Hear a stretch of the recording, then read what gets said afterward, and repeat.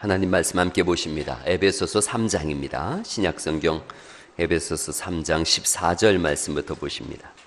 신약성경 313면에 있습니다. 신약성경 313면 에베소서 3장 14절로 21절 말씀입니다.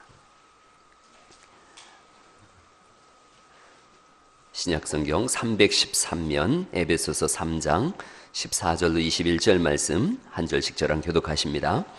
이러므로 내가 하늘과 땅에 있는 각 족속에게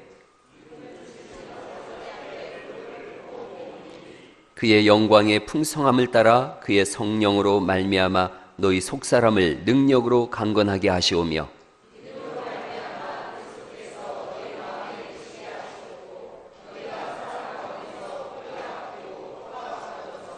능히 모든 성도와 함께 지식에 넘치는 그리스도의 사랑을 알고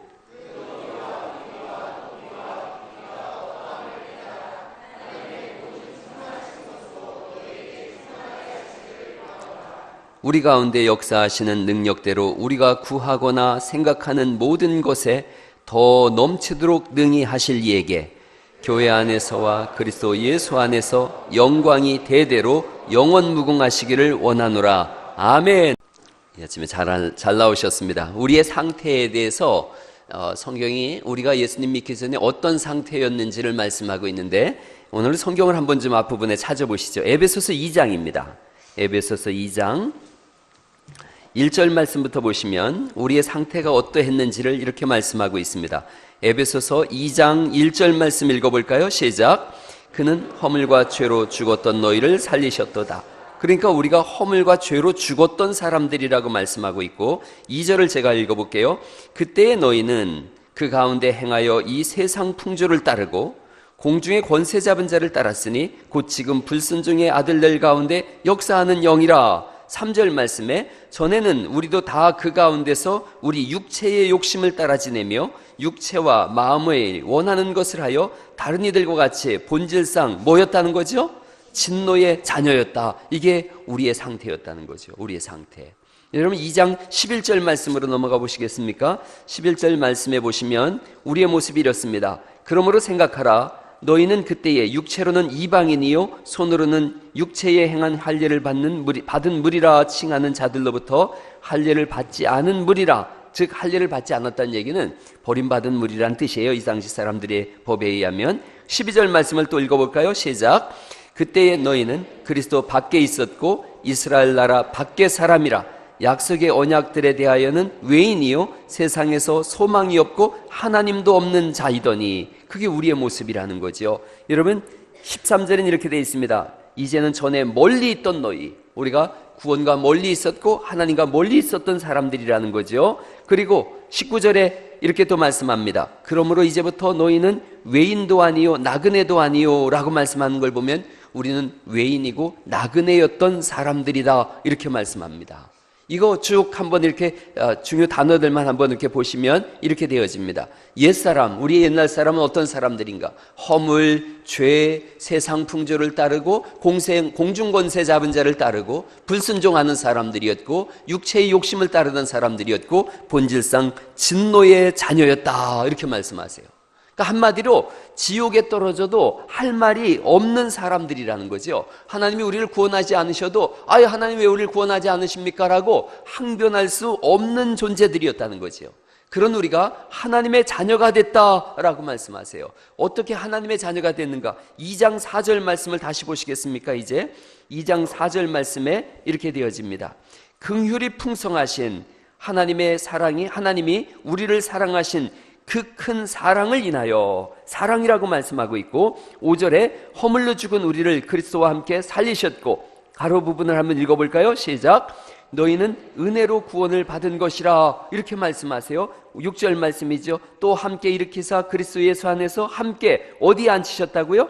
하늘에 앉히셨어요. 그래서 7절에 이는 그리스도 예수 안에서 우리에게 자비하심으로써 그 은혜의 지극히 풍성함을 오는 여러 세대에 나타내려 하심이라. 그리고 8절 말씀은 우리가 다 외우는 말씀인데 같이 한번 읽어보시죠. 시작. 너희는 그 은혜에 의하여 믿음으로 말미암아 구원을 받았나니 이것은 너희에게서 난 것이 아니요 하나님의 선물이다 이렇게 말씀하세요. 예수님이 하신 일이에요. 예수님이 하신 일. 2장 13절 말씀이에요. 이제는 전에 멀리 있던 너희가 그리스도 예수 안에서 그리스도의 피로 가까워졌다, 이렇게 말씀하세요. 여러분, 우리가 읽은 말씀의 단어들을 또 한번 이렇게 쭉 보면은 이런 말씀입니다. 우리가 새 사람을 입었는데 같이 한번 읽어보실까요? 시작. 긍휼, 사랑, 은혜, 하늘, 자비, 풍성, 믿음, 구원, 선물, 십자가, 화목, 평안, 성도, 권속, 이렇게 말씀합니다. 읽기만 해도 얼마나 좋은 말씀들인지 몰라요. 가슴 뛰는 말씀이에요. 언제 이 일이 시작됐는가? 2장 16절 말씀을 또 보시겠어요? 2장 16절 말씀. 또 십자가로 이 둘을 한 몸으로 하나님과 화목하게 하려 하심이라. 원수된 것을 뭘로 다 소멸하세요? 십자가로 소멸하시고, 또 오셔서 먼 데 있는 너희에게 뭘 전하세요? 평안을 전하시고, 가까운 데 있는 자들에게 평안을 전하셨으니, 예수님이 오셔서 멀리 있는 자들, 이방인들과 가까이 있는 자들, 유대인들이에요. 다 평안을 전하셨다. 샬롬이에요. 샬롬. 예루살렘 그러면 평안의 도성인데 우리에게 하나님이 주시는 평안, 하늘의 평안을 주셨다는 거지요. 그래서 18절 말씀 또 읽어보시죠. 시작. 이는 그로 말미암아 우리 둘이 한 성령 안에서 아버지께 나아감을 얻게 하려 하심이라. 아버지가 계신 곳이 어디예요? 하나님 나라죠. 하나님 나라를 나아갈 수 있게 하셨다라고 말씀하고 있고, 이 일의 시작은 1장으로 넘어가시면 이 일이 언제 시작됐는지를 말씀하고 있습니다. 1장 3절 말씀에 찬송하리로다 하나님 곧 우리 주 예수 그리스도의 아버지께서 그리스도 안에서 하늘에 속한 모든 신령한 복을 우리에게 주시는데, 4절 말씀 읽어볼까요? 시작. 곧 창세전에 그리스도 안에서 우리를 택하사 우리로 사랑 안에서 그 앞에 거룩하고 흠이 없게 하시려고. 언제 택하셨대요? 창세전에 택하셨대요. 그리고 5절 말씀에 그 기쁘신 뜻대로 우리를 어떻게 하셨다는 거예요? 예정하사 미리 정해 놓으셨다는 거예요. 그래서 예수 그리스도로 말미암아 자기의 아들들이 되게 하셨으니 하나님의 아들 딸들이 되게 하신 줄 믿으시기 바랍니다. 이런 역사가 우리에게 있어요. 11절 말씀으로 또 넘어가 보실까요? 1장 11절 말씀에 모든 일을 그의 뜻의 결정대로 일하시는 이의 계획을 따라. 우리가 그냥 어느 날 하나님이 기분 좋아서 우리를 아유 너 구원받아라, 이게 아니에요. 계획을 따라 우리가 뭘 입었다는 거예요? 예정을 입어 그 안에서 기업이 되었으니. 12절 말씀 또 읽어보시죠. 시작. 이는 우리가 그리스도 안에서 전부터 바라던 그의 영광의 찬송에 되게 하려 하심이라.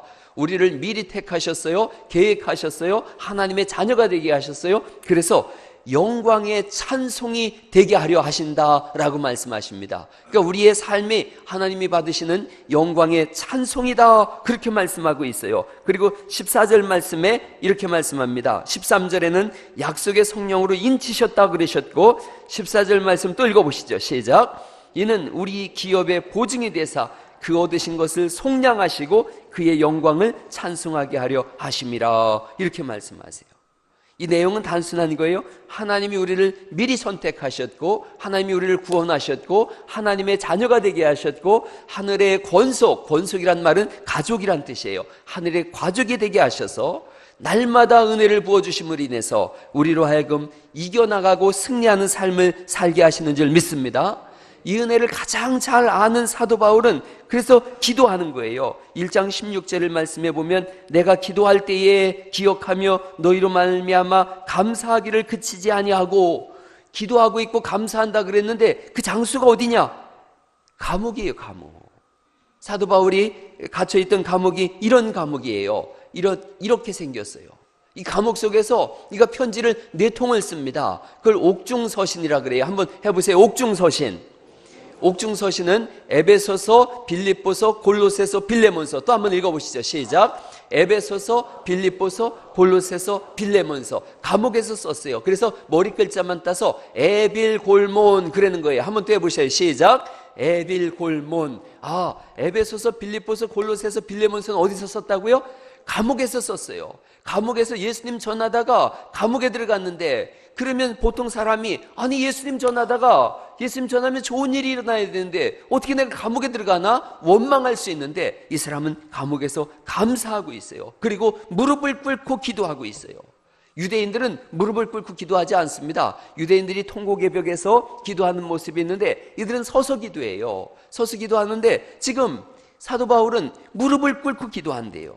여러분 그런 경험들이 있죠. 성경을 읽다가 도저히 가슴이 벅차서 어쩔 수 감동이 되어져서 무릎을 꿇는 때가 있지요. 지금 바울이 그 고백을 하고 있는 거예요.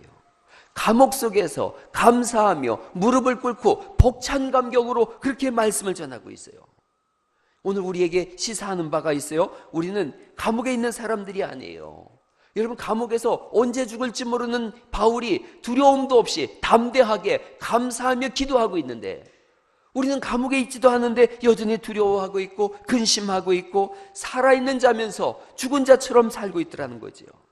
오늘 말씀을 드리면서 근심이 멈춰질 수 있기를 간절히 바랍니다. 고민에서 벗어나시고 괴로움에서 자유할 수 있기를 간절히 바랍니다. 이 서신을 보면서 우리가 받은 복이 뭔가 세 가지 한번 말씀드려 보려고 합니다. 첫째는 강건하게 하시는 성령 하나님. 한번 해보시죠. 강건하게 하시는 성령 하나님. 강건하게 하시는 성령 하나님의 역사가 있어요. 우리가 읽은 말씀 3장으로 다시 넘어가 보시죠. 3장 16절 말씀입니다. 3장 16절 말씀을 한 목소리로 읽어보십니다. 시작. 그의 성령으로 말미암아 너희 속사람을 능력으로 강건하게 하시오며 그랬어요. 속사람을 강건하게 하신다 그러세요. 속사람은 하나님의 능력으로 새롭게 창조된 사람이에요. 이 속사람을 3장 17절에는 그렇게 말씀하세요. 믿음으로 말미암아 그리스도께서 너희 마음에 계시게 하시옵고 그랬는데 속사람이라는 말씀과 마음이라는 말씀이 동의어로 쓰여져 있어요. 속사람 마음을 강건하게 하시는 거예요. 성령님이 임하시면 마음이 속사람이 강건하게 되는 줄 믿으시기 바랍니다. 흔들리지 않는 믿음을 갖는 거예요. 두려워하지 않는 마음을 갖는 거예요. 담대한 마음을 갖는 거예요. 여러분 사도 바울의 상태를 생각해 보세요. 아마 감옥에 갇히면 매를 때립니다. 이 사람들이 등에다가 피가 날 때까지 매를 때려요.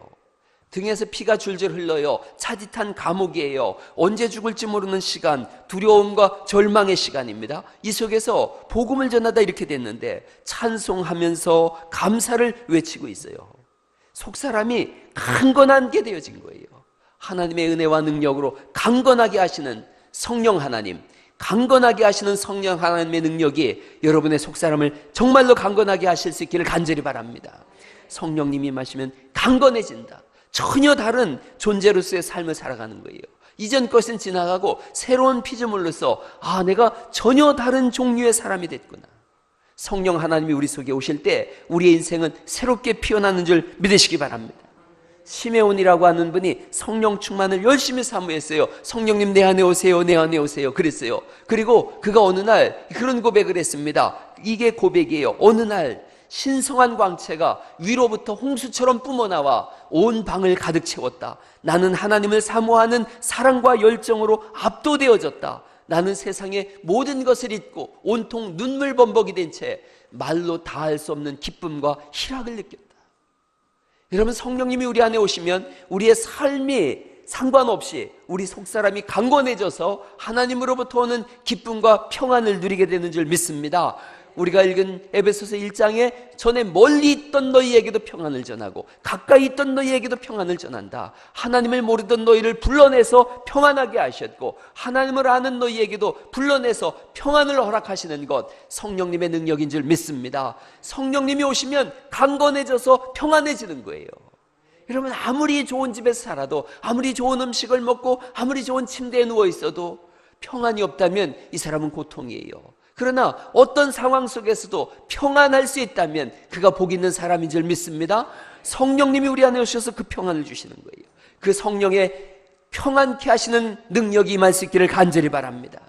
우리가 잘 알고 있는 무디 목사님이 있어요. 1899년에 세상을 뜨셨는데 2달 전에 그런 글을 썼어요.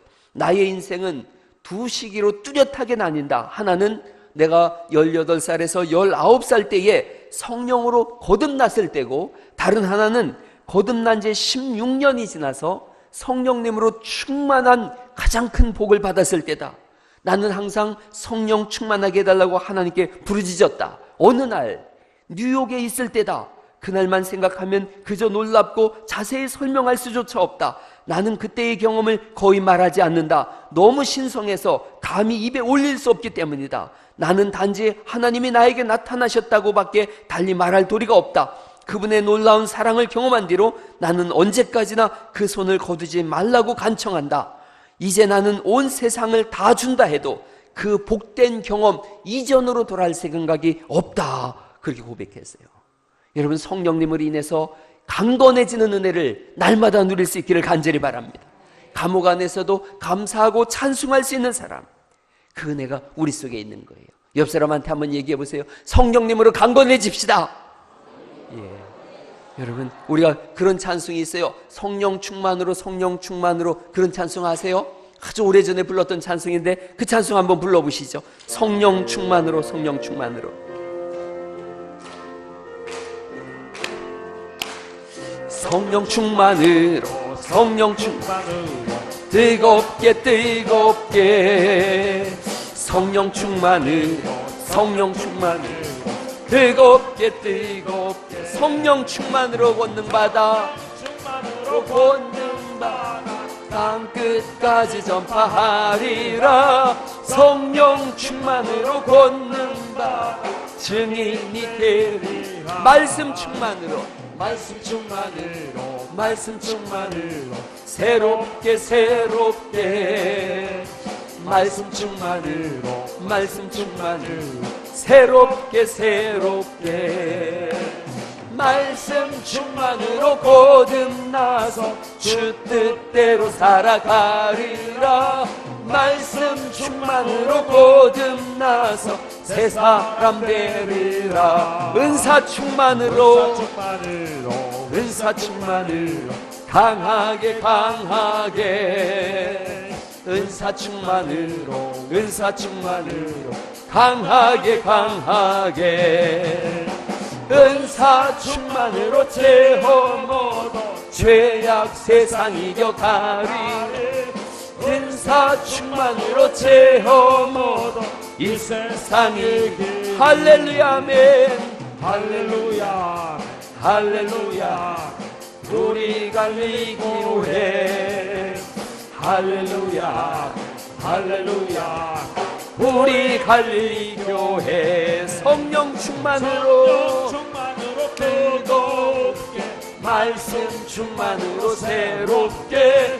은사 충만으로 체험 얻어 주의 일 하리라.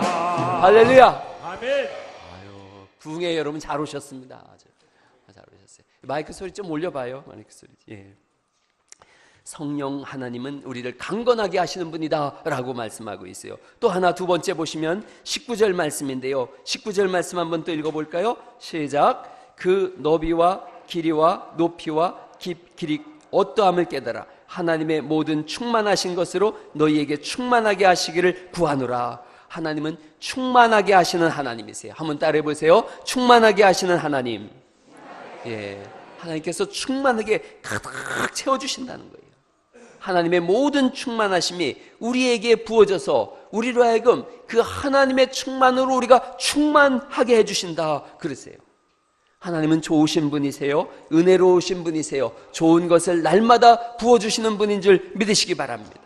고린도후서 4장 8절 말씀 보면 우리에게 이렇게 말씀하세요. 읽어보실까요? 시작. 우리가 사방으로 우겨썸을 당하여도 쌓이지 아니하며 답답한 일을 당하여도 낙심하지 아니하며 박해를 받아도 버림받지 아니하고 거꾸러뜨림을 당하도 망하지 아니하고. 우리는 불사신 같은 사람들이라는 거예요. 무너지지 않는 사람들이에요. 낙심하지도 않고 버림받지도 않고 망하지도 않는 사람들. 제가 보니까 그런 사람들 따로 이렇게 딱 모아놨더라고요. 그리고서 제목을 저스티스 리그 이렇게 붙였던데, 우리가 그런 사람들이 슈퍼맨 같고, 또 이게 누군가, 슈퍼맨, 배트맨 같고, 원더우먼 같고, 우리가 이런 사람들인 줄 믿으시기 바랍니다. 무너뜨릴 수 없는 사람들이라는 거예요. 오죽하면 세상이 감당치 못할 사람들이라고 말씀하는 걸요. 우리의 본질에 대해서 고린도후서 6장 9절에 이런 말씀이 있습니다. 읽어보시죠. 시작. 무명한 자 같으나 유명한 자요, 죽은 자 같으나 보라 우리가 살아있고, 징계를 받은 자 같으나 죽임을 당하지 아니하고, 근심하는 자 같으나 항상 기뻐하고, 가난한 자 같으나 많은 사람을 부유하게 하고 아무것도 없는 자 같으나 모든 것을 가진 자로다. 할렐루야. 우리예요. 왜 이런 고백을 하느냐? 왜 나는 유명한 자고, 왜 나는 살아있고, 왜 나는 기뻐하고, 왜 나는 부유하게 만들며, 왜 나는 모든 것을 가진 자라고 하는가? 하나님의 충만이 우리 안에 가득하기 때문인 줄 믿습니다. 그 충만이 우리 속에서 넘쳐나는 거예요. 하나님의 도우심과 하나님의 인도하심이 있어요. 창세기 29장에 보니까 이 라반의 두 딸이 있어요. 라반의 두 딸이. 그 두 딸이 나중에 야곱의 부인이 되어져요. 큰 딸 이름이 뭐예요? 레아. 두 번째 딸 이름이 라헬이에요. 성경에 보니까 레아는 시력이 약하고, 그리고 라헬은 곱고 아리따움에 그랬어요. 시력이 약하다라는 말씀이 사실은 헬라어를 가만히 보면 두 가지 뜻이 있어요. 알력이 약하다라는 뜻도 있지만 또 하나는 눈매가 부드럽다. 눈이 부드럽다. 그래서 세번역 성경에는 아예 그렇게 썼어요. 레아는 눈이 부드러우며 그랬어요.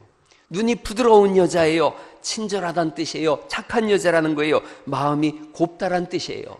라헬은 세번역에는 몸매가 아름답고 용모도 예뻤다. 그렇게 써 있어요. 여러분, 야곱이 누구 보고 반했을까요? 남자들은 똑같아요. 물어볼게요. 남자들한테 착한 여자가 좋아요? 예쁜 여자가 좋아요? 남자들 다 도둑놈이죠. 착하고 예쁜 여자. 어떤 사람들은 무조건 예쁘면 좋다 그래요. 독한 년 만나봐야 정신 차리죠. 예쁜 여자 쉽지 않습니다. 예쁜 여자 쉽지 않아요. 옆에 있는 여자분한테 한번 얘기해 보세요. 쉽지 않아 보이십니다. 한번 얘기해 줘요. 네, 안 쉬워요. 예쁜 여자 안 쉬워요. 여자들은요, 잘생긴 남자 좋아요? 착한 남자 좋아요? 여자들 답은 똑같아요. 돈 많은 남자요. 돈 많은, 잘생기고 뭐 착하고 다 필요 없어요. 돈 많은 남자 좋아요. 그래요. 착한 여자 레아예요. 착한 여자 레아. 눈매가 부드러운 여자예요. 그랬더니 무시당하는 거예요. 외면당하는 거예요. 오늘날 현대인들의 사고방식이 엉터리예요. 옛날에는 호의를 베풀어라 그랬는데 호의를 자꾸 베풀면 호구로 한다 그러고, 아예 직장생활하는 사람한테 알려준대요. 가는 말이 거칠어야 오는 말이 곱다. 그렇게 알려준다는 거예요. 그러니 오늘날이나 이때나 똑같은 거예요. 뭔가 뒤집어진 세상이에요. 여러분, 호구 짓을 당할지언정 호의를 베푸는 은혜가 있기를 간절히 축원합니다. 그럼요, 가는 말이 고우면 오는 말이 거칠든 말든 그리스도인은 가는 말이 고와야 되는 줄 믿습니다. 레아는 성깔이 대단했어요. 레아는 용모도 아름답고 몸매도 예쁘다 그랬지만 성질도 한성질했어요. 가만히 보세요. 아버지도 속입니다. 이 사람이 집에 있는 그 드라빔을 훔쳐가 놓고서는 아니다라고 발뺌을 하지 않습니까? 언니를 시기합니다. 언니가 애 낳으면 좋아해야 되잖아요. 근데 왜 저기는 애 낳고 나는 애를 안 주느냐고 시기합니다. 남편을 얼마나 쥐잡듯 했는지 몰라요. 그러니까 남편이 어느 날 그래요. 내가 하나님이냐? 나 좀 가만 내버려둬라. 그러는 거예요. 레아는 무시당하고 외면당했어요. 동생 남편을 빼앗긴 여자라고 손가락질 당해요. 남편은 여러분 야곱 사건을 잘 알잖아요. 레아 때문에 7년을 더 봉사했잖아요. 내가 사랑하지도 않는 저 여자 때문에 내가 7년 동안 더 일한다라고 자기 아내를 핍박하지요. 동생하고는 늘 비교당하는 여자였어요. 억지로 결혼당한 여자예요. 자기가 결혼하고 싶어서 결혼했나요? 첫날 밤에 아버지가 들어가라 그러니까 꼼짝 못하고 들어가게 되어졌고, 자기도 가슴속에 뛰는 남자가 있었을 텐데 야곱이 뭐 동생 좋아하는데 자기가 뭐 좋다고 그랬겠어요. 무시당하는 여자였어요. 버림받은 것 같은 여자예요. 가슴이 무너지는 여자예요. 사방으로 우겨쌈을 당한 것 같고, 답답하고 박해받고, 무명한 자 같고, 죽은 자 같고, 근심하는 자 같고, 가난한 자 같고, 아무것도 없는 자 같은 사람, 그가 레아예요. 비참한 인생이에요. 그런데 창세기 29장 31절 말씀 보면 그 앞부분에는 여호와라는 말씀이 하나도 안 나오는데, 여러분 31절에 가니까 여호와께서 레아가 사랑받지 못함을 보시고 그의 태를 여셨더라. 그래서 애를 넷을 낳게 되어집니다. 하나님이 아시고 하나님이 사랑하시고 채워주셨어요. 그래서 아들을 낳았어요. 르우벤이라고 이름을 줬어요. 그 르우벤의 뜻이 아들이다라는 뜻도 있지만 하나님이 나의 괴로움을 돌아보셨다. 두 번째 아들 낳았어요. 시몬이라고 이름 줬어요. 들으셨다는 거예요. 하나님이 나의 아픔과 나의 신음소리와 나의 고통을 들으셨다. 하나님은 우리를 보고 계시고 듣고 계시고 우리의 삶 속에 임재하시는 분인 줄 믿으시기 바랍니다. 오늘 새벽에 제가 사도행전을 읽다가 그 말씀을 읽고 여러분들한테 문자를 보냈어요. 하나님은 보시고 들으시고 거기서 끝나지 않고 내려오셔서 우리를 구원하시는 분인 줄 믿으시기 바랍니다. 그래서 우리의 삶은 어제보다 오늘이 더 낫고 오늘보다 내일이 더 귀한 줄 믿으시기 바랍니다. 갈수록 좋아지는 거예요. 고린도후서에 보니까 우리 겉사람은 후패하나, 즉 낡아지나 우리 속사람은 날로 새롭도다 라고 말씀하시는 줄 믿습니다. 하나님께서 우리 안에 오셔서 충만하게 하시고 날로 새롭게 하시고 오늘보다 내일 더 좋은 것을 주시고, 그래서 마지막 날, 우리의 인생이 끝나는 날 가장 좋은 천국을 허락하시는 줄 믿으시기 바랍니다. 절망하지 마세요. 힘을 내시길 간절히 바랍니다. 우리 중에 혹시 오늘 예배드리고 가서 자살해야 되겠다 그런 사람 손 번쩍 들어보세요. 졸다가라도 손 들지 마세요. 여러분, 죽음이 오기 전까지는 절대 죽지 않기를 간절히 축원합니다. 살아나세요. 사세요. 다시 시작하고 다시 도전하는 거예요. 하나님이 계십니다. 기억하세요. 하나님이 돌보시고 하나님이 인도하시고 하나님이 이끄시는 줄 믿으시기 바랍니다. 옆 사람한테 얘기해 보세요. 하나님이 돌보십니다. 하나님이 인도하십니다. 예, 고난이 온다고요? 인생 속에 고난 없는 사람이 누가 있어요? 다 이 고난이 있지만 고난 위에 하나님이 계십니다. 할렐루야. 우리 그런 찬송 알고 있죠? 왜 나만 겪는 고난이냐고 뭐 그렇게 엄살 떨 거 없다는 거예요. 한번 찬송 한번 불러봐요. 왜 나만 겪는 고난이냐고 불평할 것도 없고 원망할 것도 없어요. 하나님 바라보고 감사하는 거예요. 같이 한번 고백해 보시죠. 불평하지 마세요. 고난의 뒤편에 있는 주님이 주실 축복, 주님 미리 보면서 감사하세요. 아멘. 너무 견디기 힘든 지금 이 순간에도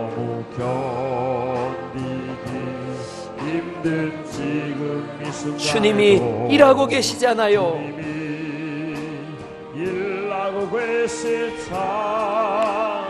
남들은 지쳐 앉아 있을지라도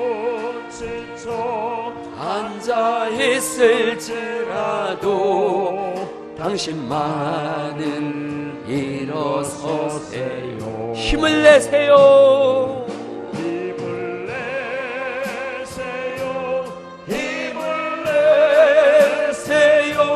주님이 손잡고 계시잖아요. 주님이 나와 함께함을 믿는다면 어떤 역경도 이길 수 있잖아요. 왜 이런 슬픔 찾아왔는지 원망하지 마세요. 이런 슬픔 찾아왔는지 원망하지 마세요. 당신이 잃은 것보다 주님께 받은 은혜, 보다 주님께 받은 은혜 더욱 많음에 감사하세요. 아멘.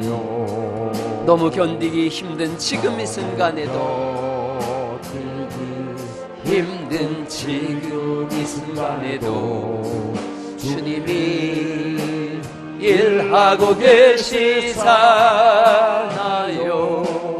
남들은 지쳐 앉아 있을지라도 당신만은 일어서세요. 힘을 내세요. 힘을 내세요. 주님이 손잡고 계시잖아요. 주님이 나와 함께함을 믿는다면 어떤 고난도 견딜 수 있잖아요. 하나님의 충만하심이 우리 가운데 있는 줄 믿습니다. 고린도후서 4장 16절 말씀에 이런 말씀이 있습니다. 같이 한번 읽어보시죠. 시작. 그러므로 우리가 낙심하지 아니하노니 우리의 겉사람은 낡아지나 우리의 속사람은 날로 새롭도다. 아멘. 겉사람은 낡아지는 거예요. 너무 겉사람한테 투자하지 마시고 겉사람한테 너무 집중할 것도 없어요. 나이 들면 나이 든 대로 아름다운 줄 믿습니다. 그냥 막 보톡스 맞고 뭘 넣고 부질없는 짓이에요. 속사람이 강건하면 그저 행복한 줄 믿습니다. 우리 여기 아이들도 잘 생각해 보세요. 명품 옷, 명품 신발 이거 사달라고 할 때가 아니에요. 여러분, 자신이 명품이 되면 뭘 입어도 명품인 줄 믿습니다. 내가 명품이 아니면 뭘 입어도 가짜예요. 모나리자 그림 아세요? 모나리자 그림? 한번 보세요. 모나리자 이 그림이 얼마 가는 것 같아요? 모나리자 그림이. 이 모나리자 그림을 대략 하면 한 40조 원 된대요. 40조 원. 가격을 매기기가 어려울 수 있는 거. 그 옆에 있는 그림은 제가 그린 거예요. 여러분, 이 그림이요 얼마짜리냐면 잭슨 폴록이라고 하는 사람이 그린 그림인데 1,800억 원짜리예요. 장난친 것 같은데, 그렇죠? 여러분, 명품이라는 게 그런 거예요. 만약에 제가 이걸 그랬다고 생각해 보세요. 아무리 금태에 둘린 데다가 넣어봐야 아무도 안 사가요. 그러나 모나리자 그림은 대충 걸어놔도 40억 되는 거예요. 속사람이 강건해지면 명품 인생 되는 줄 믿습니다. 언제 강건해지나, 언제 충만해지나 하나님이에요. 하나님. 우리 자신이 누군지를 하나님으로 인해서 제대로 알아갈 수 있기를 간절히 바랍니다. 하나님이 우리 안에 오시면 강건해지고 하나님의 것으로 충만해지는데요. 하나님의 것을 생각해 보세요. 온 우주가 하나님을 채울 수 있는가? 아니에요. 하나님이 온 우주를 채우시는 거예요. 하나님은 온 우주보다 크신 분인 줄 믿으시기 바랍니다. 저는 우주가 이렇게 뭐 사람들이 팽창한다 그래요. 빅뱅 이론이라고 자꾸 커진대요. 그런 물리학을 잘 모르지만 그런 생각이 들어요.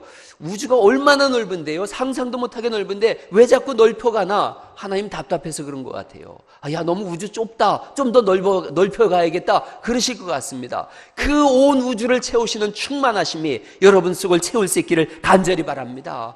그러면 명품 인생 되는 거예요. 아, 내가 누구인지 아는 거예요. 하나님으로 채워진 사람이구나. 온 천하 만물보다 더 귀한 존재가 나구나. 전혀 다른 인생이에요. 전혀 다른 종류의 사람이에요. 그리스도 안에서 새로운 피조물이에요. 이전것 지나갔고 새것된 사람들인 줄 믿으시기 바랍니다. 언제 이게 가능한가? 언제 이게 가능한가? 세 번째로 예수님을 믿으라는 거예요. 예수님 믿으라.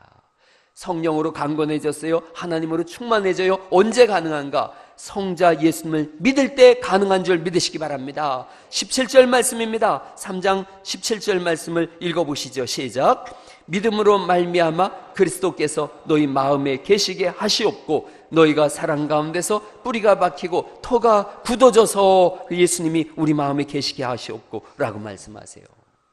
오늘 이 본문에는 성부, 성자, 성령님의 역사가 다 나오고 있어요. 믿을 때 예수님은 우리 마음에 계세요. 예수님을 믿기를 간절히 축원합니다. 예수님을 믿어야 되는 거예요. 진짜 신앙인으로 살라는 거지요. 성령 하나님으로 강건하게 하시는 복, 성부의 하나님으로 충만하게 하시는 복, 예수님 안에만 있어요. 그래서 예수님을 믿으라고 하는 거예요.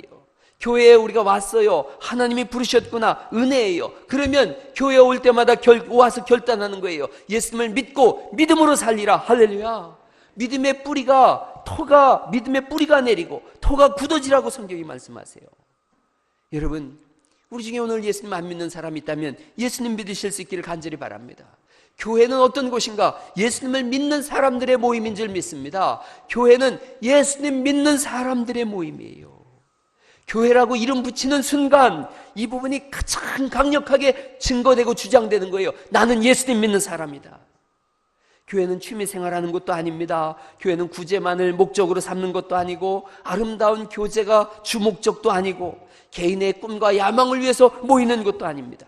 우리는 예수님을 믿는 사람들이라고 하는 것을 주장하고 목적 삼고 예수님을 믿는 사람들이 모여서 하나님께는 예배를 하고 세상에 나가서는 내가 예수 믿는 사람입니다라고 주장하기 위해서 모인 사람들인 줄 믿습니다. 그래서 예수님 믿으라고 하는 거예요. 매주 예수님 믿으라고 선포하는 거예요. 왜냐? 혹시라도 안 믿는 사람이 있을까 싶어서. 전 예수님 믿어요. 잘하는 겁니다. 여러분, 교회에 가장 필요한 분이 누군가? 예수님이에요. 예수님이 없으면 교회라고 얘기하지 않는 겁니다. 교회는 사교 집단도 아니고 자원봉사 집단도 아닙니다. 우리는 예수님을 믿기에 여기에 모였고 예수님을 증거하기 위해서 하나님 앞에서 기도하고 예배하는 줄 믿으시기 바랍니다. 예수님 믿는 거예요. 어떤 분이 그랬어요. 믿으려고 하지만 믿어지지가 않습니다. 믿어지지가 않습니다. 믿어보려고 노력해봤는가를 물어보는 거예요. 저는 믿어보려고 성경을 읽어본 적이 있는가? 예수님이 안 믿어져요라는 사람한테 제가 되묻는 거예요. 믿어보려고 성경을 읽어본 적이 있습니까? 성경은 분명히 우리에게 말씀합니다. 찾으면 찾을 거다, 두드리면 열릴 거다, 구하면 얻을 거다 말씀하세요. 아들이 떡을 달라고 할 때 돌을 줄 자가 누가 있겠느냐? 하물며 구하는 자에게 성령을 선물로 주시지 않겠느냐라고 주님은 약속하신 줄 믿으시기 바랍니다. 아무런 대가도 아무런 노력도 기울이지 않으면서 안 믿어집니다. 안 믿어집니다. 아이, 교회만 다니면 다 되는 거 아니에요? 아니에요. 교회만 다니면 무조건 예수 믿어지는가? 그렇지가 않습니다. 여러분, 학교 다니면 다 공부 잘하나요? 그렇지가 않잖아요.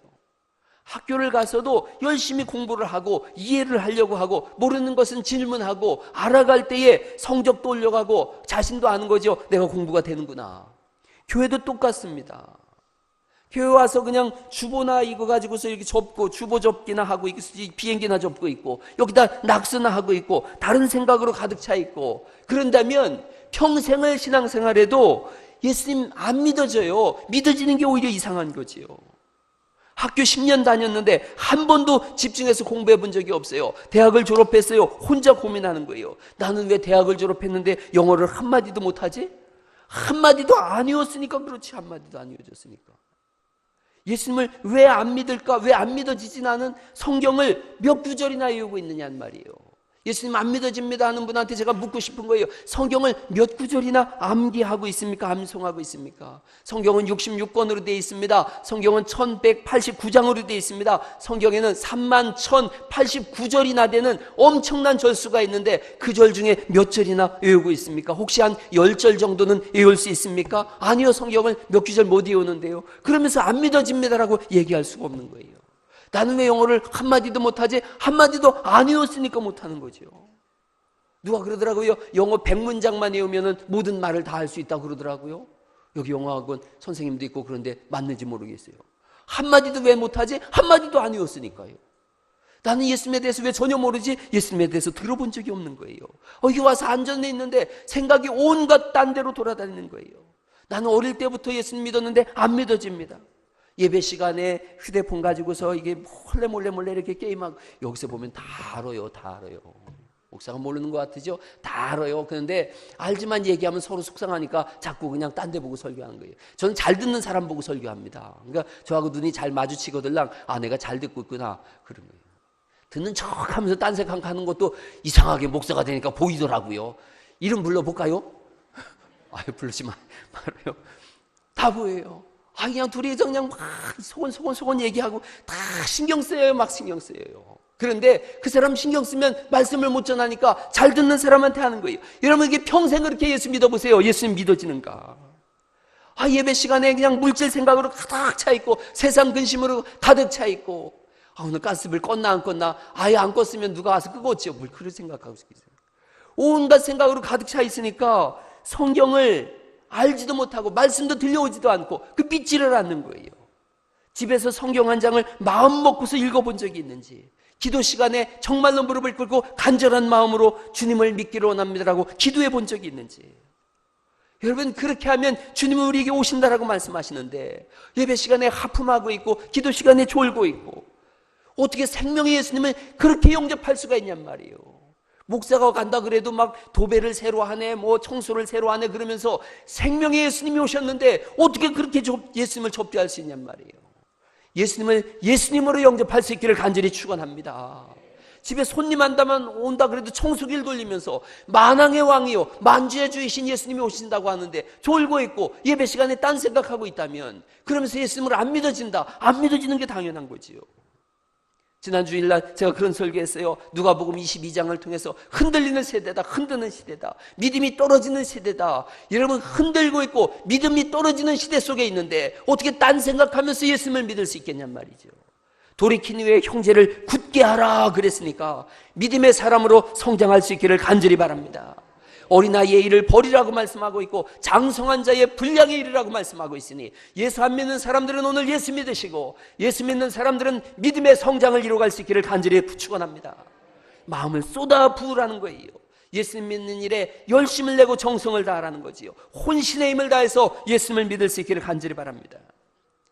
예수님을 믿어도 좋고 다른 종교를 믿어도 됩니다, 그렇게 생각하는 사람들이 있어요.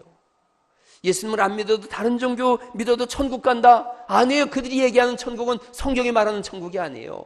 우리가 말하는 천국은 하나님 아버지가 계시고 그리스도 예수님이 계시고 성령 하나님이 계신 곳이 천국인 줄 믿습니다.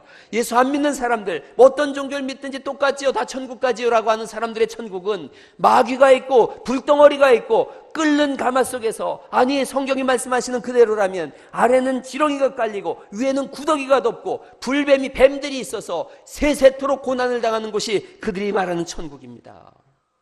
여러분, 우리 아이들 중에 혹시 그런 생각하는지 몰라요. 나는 철이 들고 독립할 기회만 생기면 교회도 졸업한다. 여러분, 버려진 자거나 나중에 온갖 고생 다 하고 돌아올 자예요. 뿌리가 박히고 터가 굳어지는 은혜가 있기를 간절히 바랍니다. 단단한 신앙의 사람이 되라는 거지요. 흔들리지 않는 믿음의 사람이 되라는 거지요. 시냇가에 잘 씨름 기운 나무가 되라는 거예요. 철을 따라 열매를 맺는 삶을 살라는 거예요. 그런 사람들에게는 하나님의 주시는 형통함이 있고 강건함이 있고 충만함이 있는 줄 믿으시기 바랍니다. 에베소서 4장 24절 말씀에 우리를 향해서 그렇게 말씀합니다. 의와 진리의 거룩함을 덧입은 믿음의 새 사람. 제가 이 말씀 좋아한다 그랬어요. 한번 따라해 보시죠. 의와 진리의 거룩함을 덧입은 믿음의 새 사람. 여러분, 이 글자를 한번 잘 보세요. 의, 진리, 거룩, 새 사람. 우리하고 전혀 상관없는 단어였어요. 하나님께만 쓰이는 단어였어요. 의, 하나님께만 쓰이는 단어였어요. 진리, 우리는 진리가 없는 자들이었어요. 거룩, 하나님을 표현하는 단어였어요. 그런데 우리를 새 사람 만드셔서 의롭다라고 말씀하시고 진리가 우리 안에 있고 우리를 보고서 성도라고 하는 거룩한 무리라고 말씀하시는 줄 믿으시기 바랍니다. 보라, 새 것이 되었도다 라고 말씀하세요. 보라, 새 것이 되었도다. 와, 한번 따라해 보세요. 와우. 네, 이거예요. 우리가 한번 옆 사람한테 알려주세요. 보라, 새 것이 되었도다. 그 다음에 감탄사가 들어가야 되죠. 시작. 와우, 와우. 예. 와우. 살아계시고 변치 않으시는 하나님께서 말씀하시는 거예요. 너는 믿지 않는 사람들과 다른 사람이라는 거예요. 평범한 줄 알았는데 우리는 비범한 다른 종류인 줄 믿으시기 바랍니다. 하나님이 그렇게 하셨어요. 옆 사람한테 한 번 더 알려주세요. 기억하세요. 당신은 대단한 존재입니다. 시작. 대단한 존재들이에요. 감옥에서 찬송할 수 있고 감옥에서 감사의 기도를 드릴 수 있는 사람들, 그들이 우린 거예요. 모두가 절망한 밤에도 찬송이 울려 퍼지는 사람들인 거예요. 오늘부터 우리는 새롭고 위대한 교회로 갈 겁니다. 여러분, 위대한 교회를 생각하세요. 좋은 교회는 좋은 교회가 아니에요. 그냥 누구나 와서 아이 좋다, 그게 좋은 교회예요. 아니에요. 위대한 교회는 다른 교회예요. 위대한 교회는 와서 뼈를 깎고 피를 흘리고 눈물을 줄줄 흘리면서 복음을 증거하는 교회예요. 위대한 교회가 되려면 좋은 교회를 버려야 돼요. 좋은 교회는 누구나 와서 다 좋은 거예요. 그냥 좋아. 예배 드려도 좋고 안 드려도 좋아. 기도해도 좋고 안 해도 좋아. 이게 그냥 좋은 교회예요. 좋은 게 좋은 거지 뭐. 직분을 받았어도 수요일날 안 와도 괜찮아. 금요일날 안 나와도 괜찮아. 아이 뭐 새벽 예배 힘든데 뭐. 아이 괜찮아. 주일날 좀 여기저기 빠져도 괜찮아. 좋은 게 좋은 거지 뭐. 그게 좋은 교회예요. 이러면 좋은 교회는 가장 안 좋은 교회예요. 좋은 교회는 그냥 편하면 되는 거예요. 교회 와서 서로 그냥 편하게 지나자. 그게 좋은 교회예요. 가장 안 좋은 교회예요. 위대한 교회는 좋은 교회를 버릴 때 되어져요. 위대한 교회, 하나님 앞에서 준비하는 사람들, 하나님 앞에서 바르게 예배하는 사람들, 믿음을 선포하는 사람들, 세상에 나가서 그리스도 예수님을 증거하는 사람들. 위대한 교회는 그래서 눈물과 땀과 피를 요구하는 거예요. 여러분 함께 이 교회를 위대한 교회로, 주님이 세우시는 교회로, 하나님이 주목하시는 교회로 세워갈 수 있기를 간절히 바랍니다. 그러려면 몇 가지 있어요. 한번 옆 사람한테 알려주세요. 시험 들지 마세요. 네, 또 한 번 얘기해주세요. 삐지지 마세요. 또 한 번 얘기해주세요. 무너지지 마세요. 성도를 위해서 감옥에서 기도하는 바울도 있지 않습니까? 내 마음속에 아픔이 있어도 성도들에게 기쁨과 용기와 격려를 줄 수 있기를 간절히 바랍니다. 교회 와서 서로 막 세워주시고, 당신은 대단한 존재입니다, 내가 기도하겠습니다, 우리 함께 하나님이 쓰시는 위대한 교회를 세워가십시다, 내가 당신을 존중하고 섬기겠습니다, 그래서 우리 품 안에서 자라나는 아이들이 다음 세대를 이끌어가는 믿음의 용사들로 함께 세워가십시다. 새 힘을 얻고 성령의 충만함을 받고 하나님의 충만하심이 우리 속에서 일하는 그런 교회 만들어 가십시다. 오늘 우리가 읽은 말씀에 보니까 우리가 구하거나 생각하는 모든 것에 더 넘치도록 능히 하실 하나님, 더 넘치도록 부어주시는 하나님께 교회 안에서와 그리스도 예수 안에서 영광이 대대로 영원 무궁하시기를 원하노라 라고 하는 이 기도가 여러분 속에서 일어날 수 있기를 간절히 바랍니다. 이제 큰 부흥이 시작될 겁니다. 하나님께서 우리를 주목하고 계실 겁니다. 열심히 예배하십시오. 나가서 예수가 그리스도라고 강력하게 주장하십시오. 그 중심에 서셔서 위대한 교회, 위대한 가문, 위대한 인생을 열어가실 수 있기를 간절히 축원합니다. 오늘 본문의 말씀이 이렇게 요약해 봅니다. 어떤 분이 저한테 세입 클로바를 보내오셨어요. 성부, 성자, 성령. 그러길래 제가 그걸 보고서 이렇게 한번 만들어 봐야 되겠다. 표를 만들어 봤습니다. 강건하게 하시는 성령님, 따라해 보시죠. 강건하게 하시는 성령님, 충만케 하시는 성부 하나님, 믿음으로 예수님에게 나아가겠습니다. 맨 밑에 있는 글자 한번 읽어보시죠. 시작. 위대한 교회, 위대한 인생을 열겠습니다. 할렐루야.